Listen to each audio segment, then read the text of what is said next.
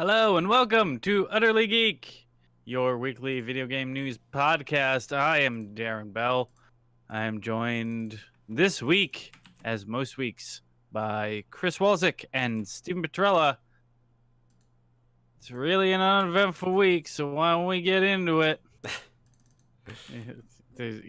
Seriously, there's nothing. But we do have an update to the continuing saga that is the death of Telltale Games. Earlier last week, there was news coming out. A couple of individuals who are a part of the skeleton crew started tweeting out saying, well, we're all fired now too. That wasn't entirely true. A good chunk of them were let go, but not entirely. So it seems like they're down to a skeleton of a skeleton, which I guess would be a femur. They're like a femur left. Well, whatever is what's the small bone? I guess maybe like a toe bone.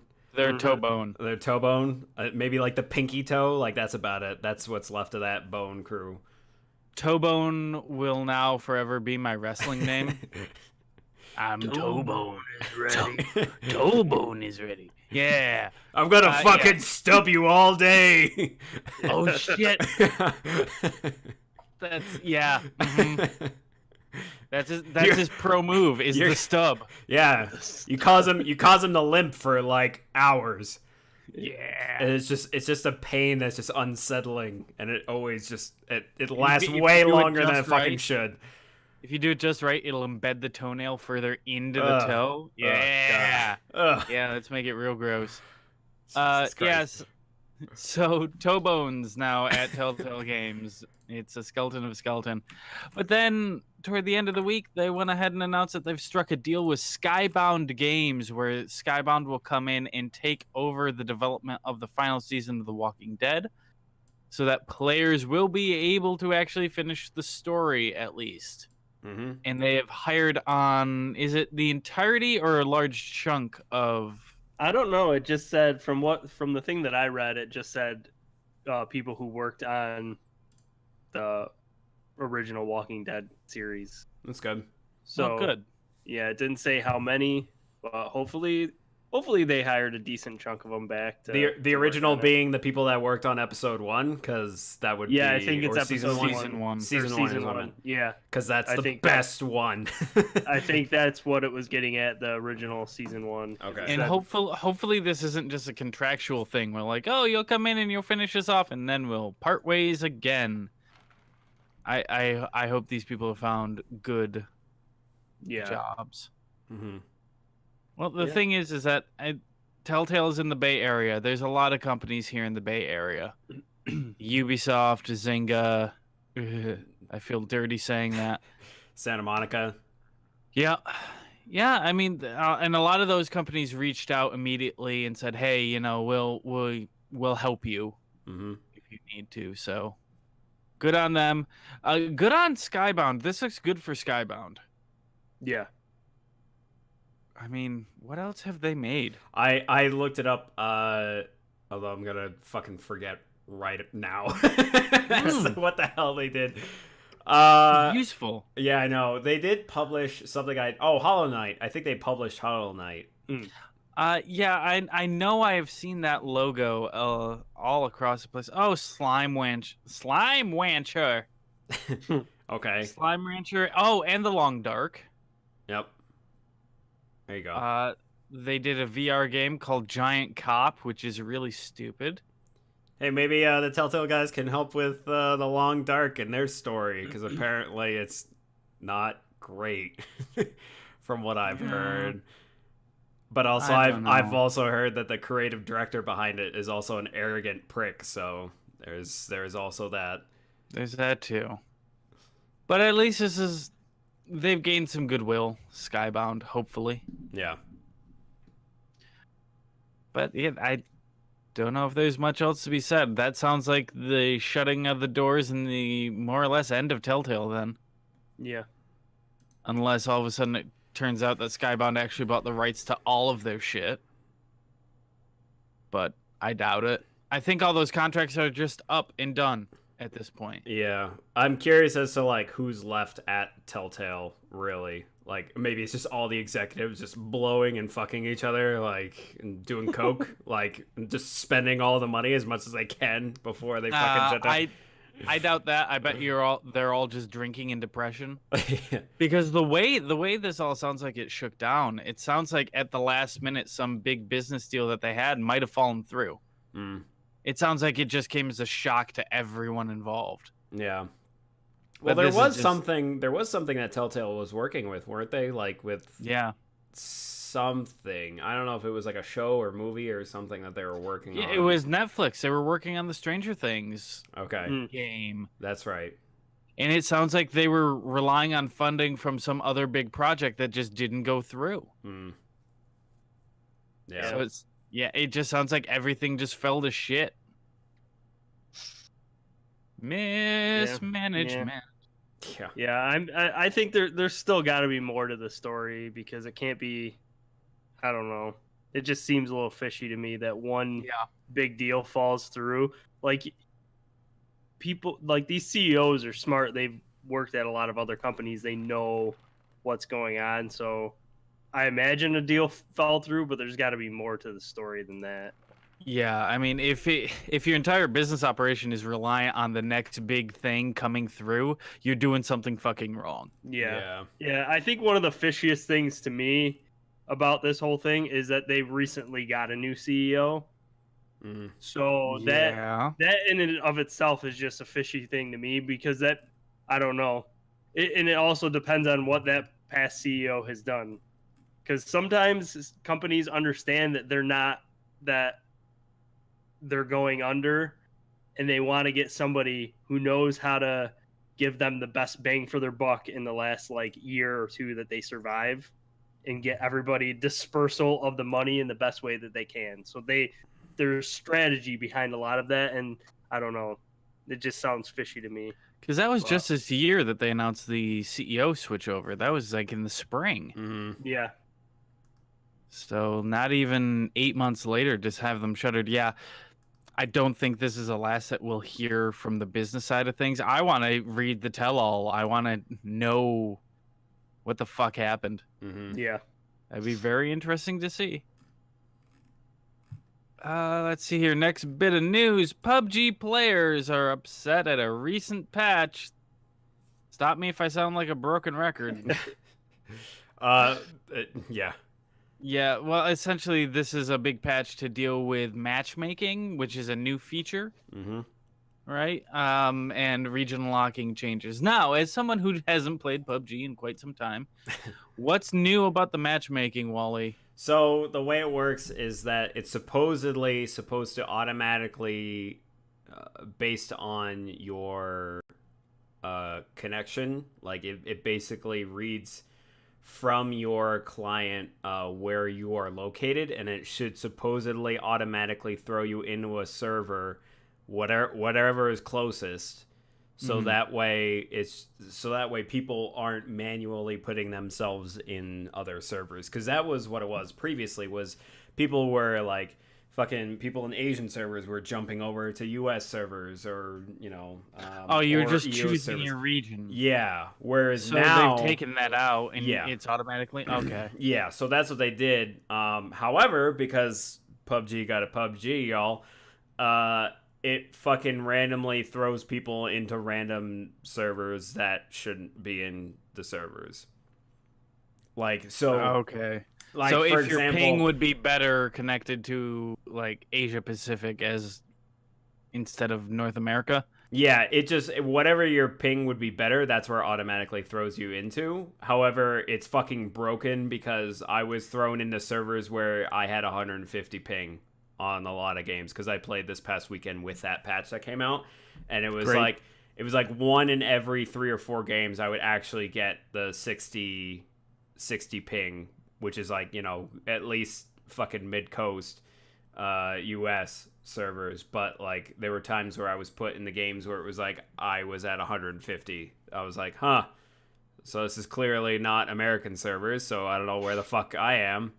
And it doesn't fucking tell you. It doesn't tell you what server you're on. It just Luckily, they have that network, that whole like network stat system set up from their previous update. Because Jesus Christ, if they had this out without having those stats rolling, like there'd be way more fucking fires. Yeah. I can understand the frustration, and that's really terrible. That sounds like some fucking Master Chief Collection level bullshit. Yeah, like a buddy and myself, we tried to play the event mode, but we just kept getting into Asian servers, and we knew because we had all chat off, and I looked at the ping, and I was like, huh, I'm at 280. What are you at? And he was like, oh yeah, I'm almost hitting 300 as well. And I unmuted the mic, and it was all fucking like it was nothing but like Chinese people Asian. talking. Yeah. Yeah. And I was just like, huh, I don't understand any of these people. I think we're on the Asian servers. How do you do, like, that's what I don't understand is how they managed to fuck this up.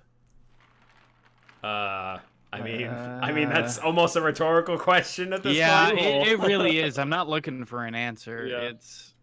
The answer is it's Blue Hole. Mm-hmm. Yeah. That's the answer. It's kind of funny because I haven't seen in the last like 2 months, basically ever since like fixed PUBG came out, I've only seen people still call them Blue Hole, and I know they're like, please call us Pub Corp because we're not affiliated with them, and it's like, no, fuck you, you're getting that name because that's what you fucking started with, and every time you fuck up, we're calling you that. Yeah, you're still Blue Hole. Yeah. Yep. Ugh. That's disheartening. It was another one of those things where it was like, in theory and on paper, it sounded really good, and it was like, oh, okay, yeah, that's how it fucking should be. But then because they don't know how to fucking code. Yeah, so I'm not so quick to judge on that aspect of it because I don't know game development and what goes into that. But at the same time, you used to have a thing that worked. Yeah. And then you introduce a new thing and it breaks what else you had done. So that to me says that there should be additional testing before they push it go live. Mm-hmm. Yeah. Well, I don't know if they did with this. I don't think they did with this, actually. I wouldn't be surprised if they didn't. Well, because they've been better about like testing stuff before pushing it to live. Because sometimes they just announce stuff like a week or two before. Like they'll usually announce it, and then when they do, they're like, "Hey, it's on the test servers. Go check it out. Like it'll be like in 2 or 3 weeks or something." And then they'll push it out then. Right. But yeah, I don't think I heard anything about their new matchmaking system, like other than they announced it and it wasn't put on the test servers. And then just suddenly they were like, all right, it's on live. And then it was like, oh, God, this is a fucking mess. Yeah. Oh, well, let's hope they fix it. Yeah. And they probably won't. I thought it was funny where they learned how to test for things that was like more than 2 days. Because there were some times where it was like they would announce something on Monday or Tuesday and being like, hey, this is coming to the test servers, and then it'll go live, and it would only be on the test servers for like 2 days, and then they would push it out to live, and it would not be fucking ready. But they would push it out anyway, but then they revert to it. They'd be like, oh no, okay, this needs more testing. But we tested it. We tested it on the live servers where everyone's playing it. Sounds like the TF2 days. Yeah, more or less. Last bit of big news we have here. There was a video that went up early one morning last week of what appeared to be a Rocksteady developed Harry Potter RPG. It was up and then it was immediately scrubbed from the internet. You can find mirrors now. Yeah. But it showed a third-person RPG Hogwarts, where you would create your own wizard who is currently going to Hogwarts, had skill trees and different magic abilities. Looked pretty cool. Eurogamer was reporting shortly thereafter that it is real, but it is not Rocksteady developing it. Mm-hmm. This is just from sources. Rocksteady never issued an actual statement. Yeah. So it might actually be them. Mm. Like we don't We don't know. Weren't they working on a Teenage Mutant Ninja Turtles game? That was a rumor that was never confirmed. No one knows what Rocksteady has been working on. They've been under wraps on it. Huh. Much like Retro, no one knows what the fuck these companies are working on. Yeah. Mm-hmm. Well, I'm sure after with Arkham Knight getting released, especially the PC port, and how they got blasted for that, I'm sure they're probably like, all right, we're just gonna be quiet for now.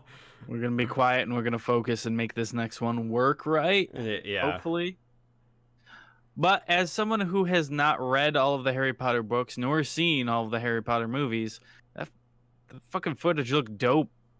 Like, that looked real cool. That looked real good. Yeah.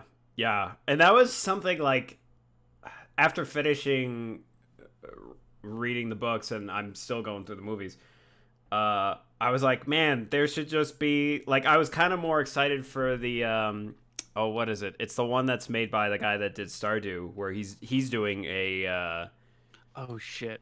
I forgot what it's called, but he's doing basically a fucking wizard, RPG-ish kind of game that's, like, visually still looks like Stardew, but it should have, like, the same amount of depth to it.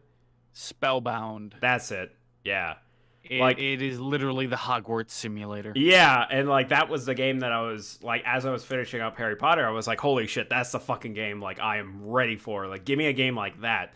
But if there's a game like this that's coming out that's like fucking like third person and like really nicely detailed and actually a licensed Harry Potter game that isn't the shitty fucking microtransactions mobile game that is available right now. Like, right. Give me fucking that. Give me that. I think both of those games can exist independent of each other. Oh yeah. Spellbound looks fucking incredible. Oh yeah. I'm not saying like one should come out and the other one shouldn't. Like, I'll probably fucking get both because right. Because I will do anything Chucklefish makes. Like, sign me the fuck up. You're right. It was just really surprising. And also, that looked really complete. Yeah.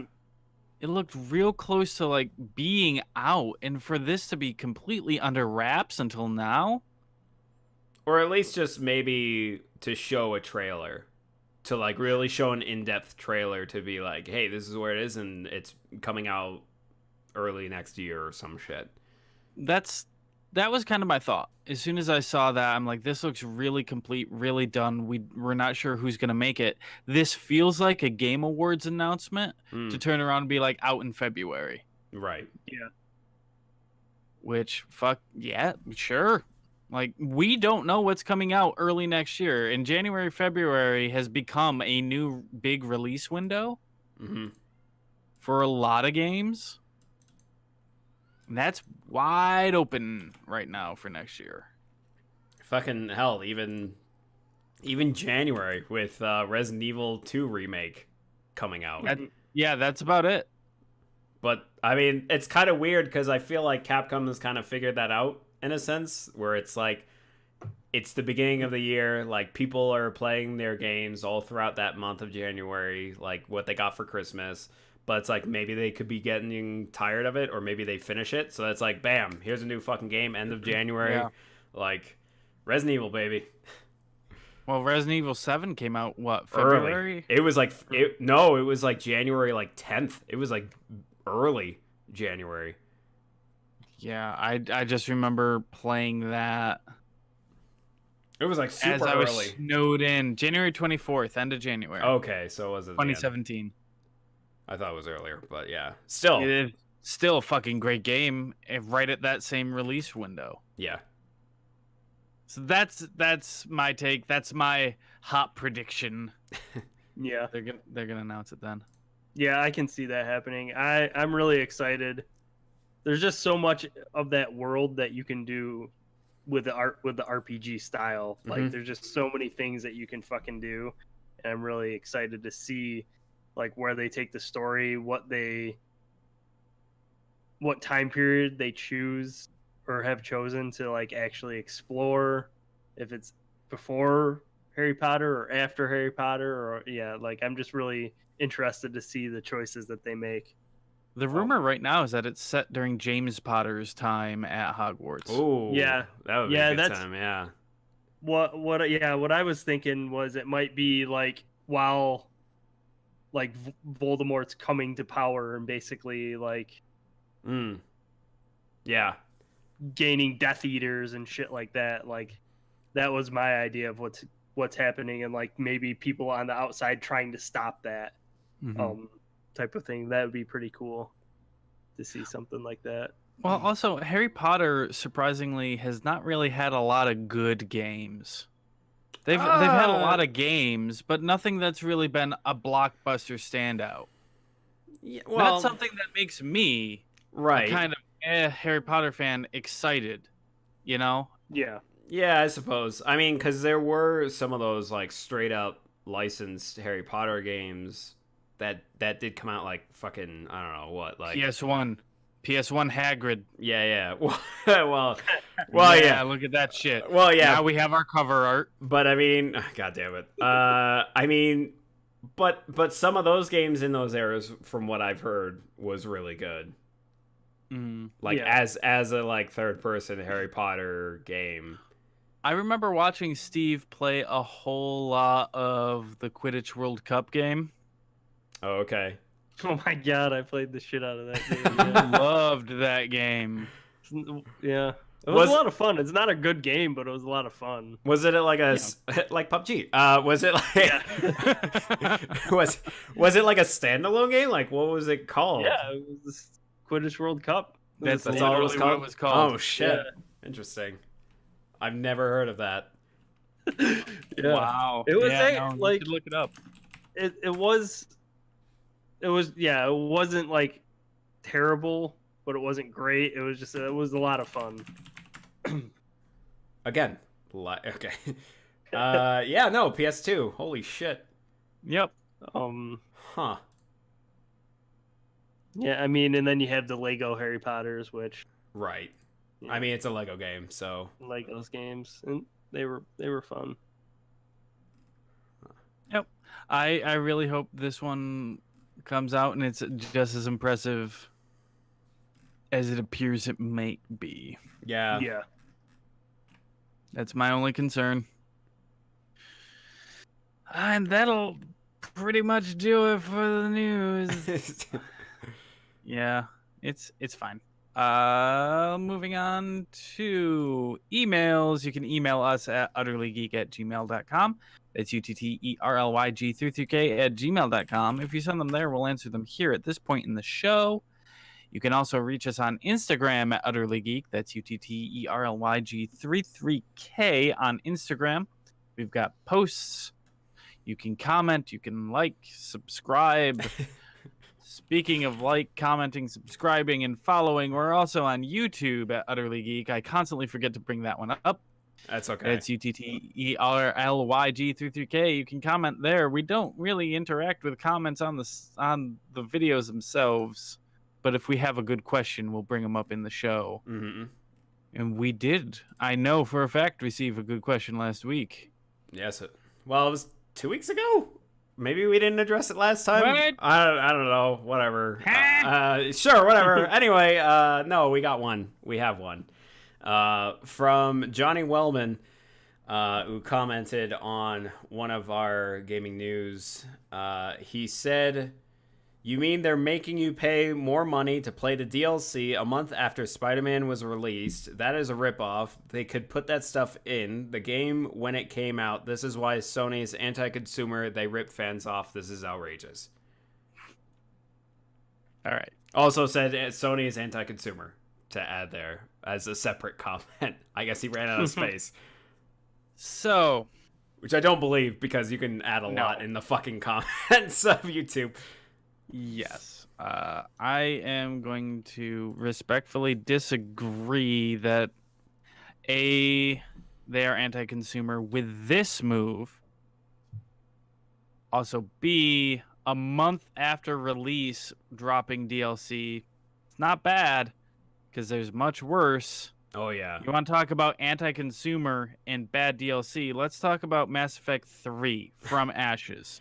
Day one, this was a DLC pack that was $10 on launch day. If you didn't buy the ultra expensive edition, you didn't have this unless you forked out an additional $10, essentially raising the price of the game from $60 to $70.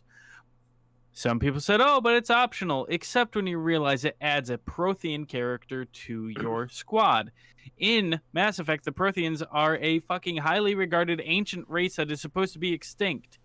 That is anti-consumer, that is manipulative, and that is fucking terrible. Yeah. Releasing DLC that after a month of release for a game that feels really complete without it? No, we don't know. Do we know what that DLC is yet? Yeah. The first chapter is all about Black Cat. Okay.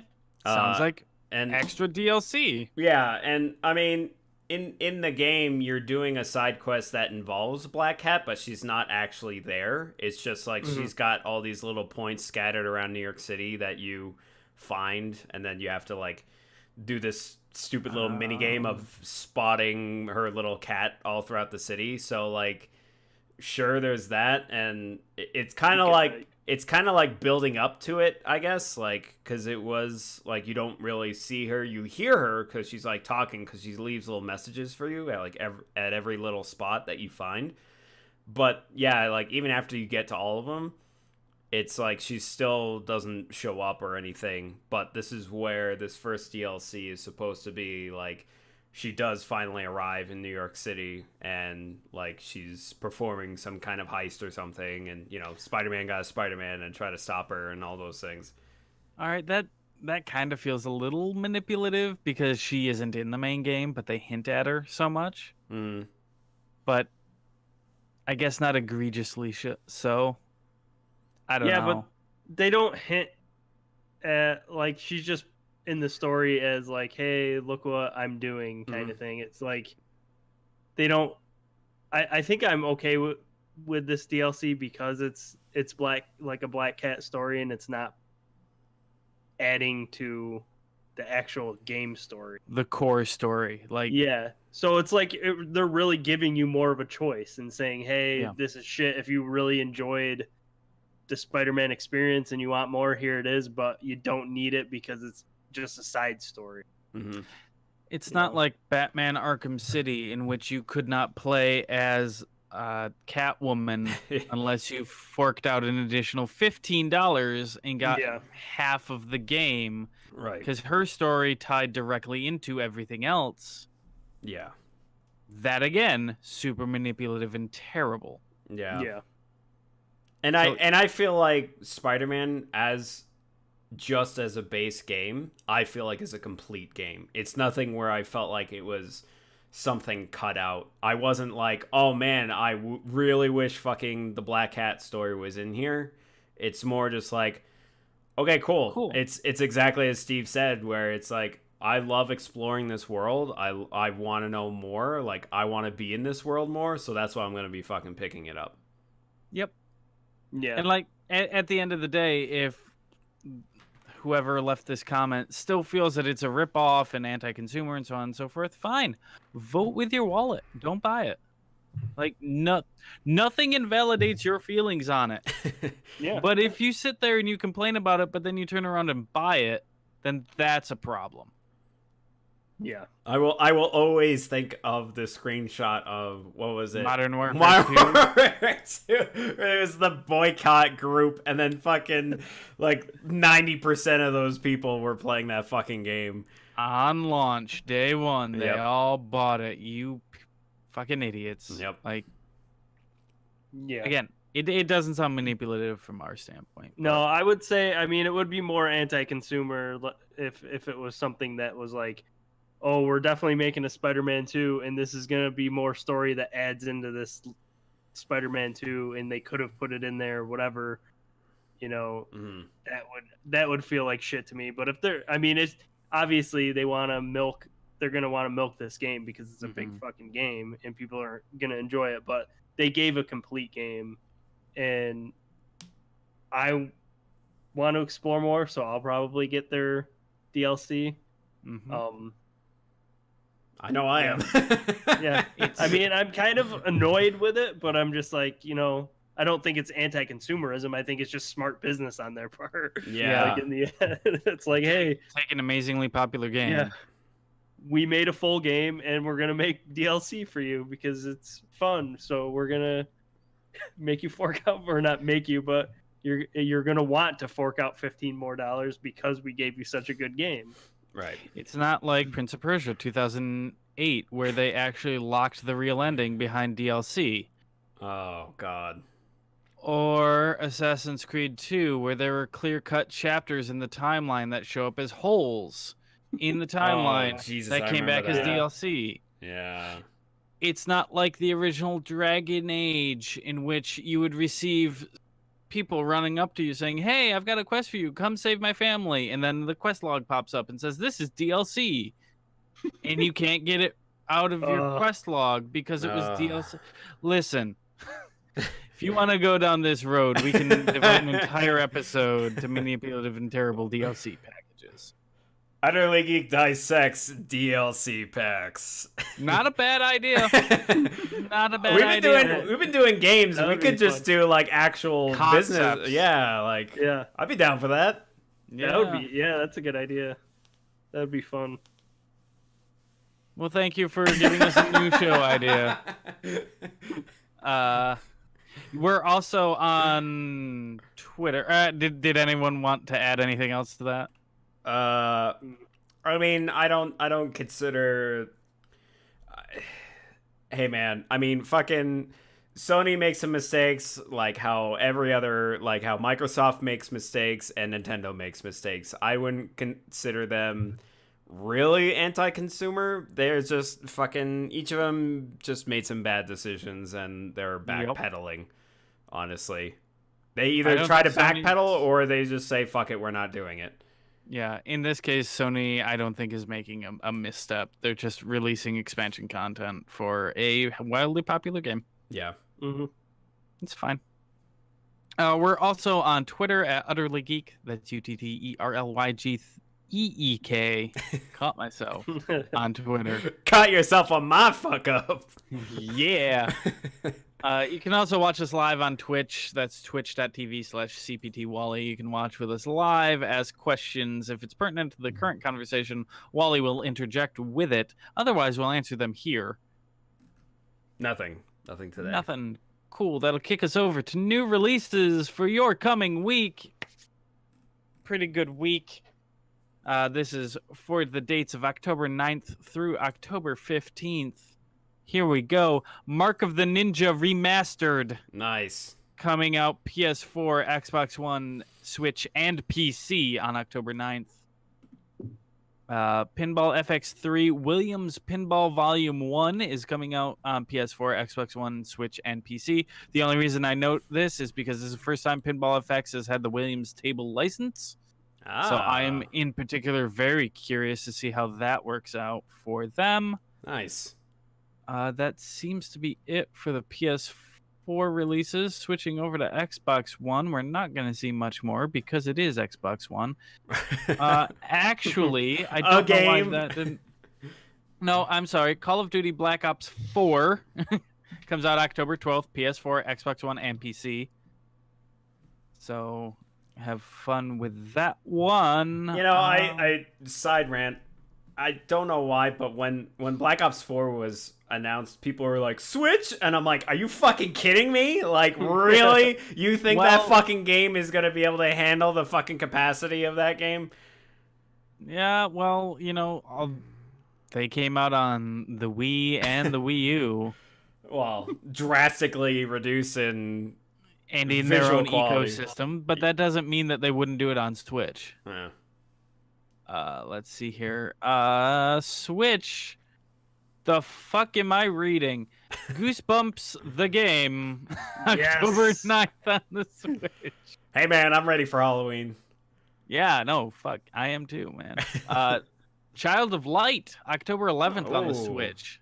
It's a good fucking game. That's a game I still have that I haven't even touched. I have it on so many platforms and I've never finished it. I've listened to the soundtrack for many more hours than I have ever played the game. That soundtrack's real fucking good. Tricky Towers, October 11th on the Switch. That's a very good game. Very, very good game. That's a good Tetris-like. Yeah, it's a weird local multiplayer Tetris stack 'em up. If that's the mode you play. With physics. Yeah. And it looks like the last big release for Nintendo Switch is The World Ends With You, Final Remix, October 12th on the Switch. We got one more this week, gentlemen. We have a Nintendo 3DS release. Oh, Jesus. Woo! Oh, boy. Luigi's Mansion, the original GameCube classic, October 12th. Huh. On the 3DS. Okay. Okay. Yeah, I hate continually saying this every time a 3DS game comes out, but that should really be on the Switch. Yeah. Yeah. Especially considering they just announced Luigi's Mansion 3. Hey, maybe they might do I don't know. Collection. Yeah, maybe they'll just be like, we can hope. Yeah, like, when 3 comes out, it's like, hey, we have a trilogy that's also now available for Switch as well, or some shit. Mm-hmm. Pre-order the Super Advanced Collector's Edition to get all of them in one bundle. That would be a pre-order worth getting. Right. Comes with a vacuum. Hooray! Oh, man. The Poltergust 20,000. It'd be so good. That'll do it for the news portion. If you're listening live, stay tuned. We'll be back with the Social Hour. If you're listening to this recorded, Social Hour will be up on Thursday. Yeah. Thanks for joining us. We'll see you next time. See ya. Bye.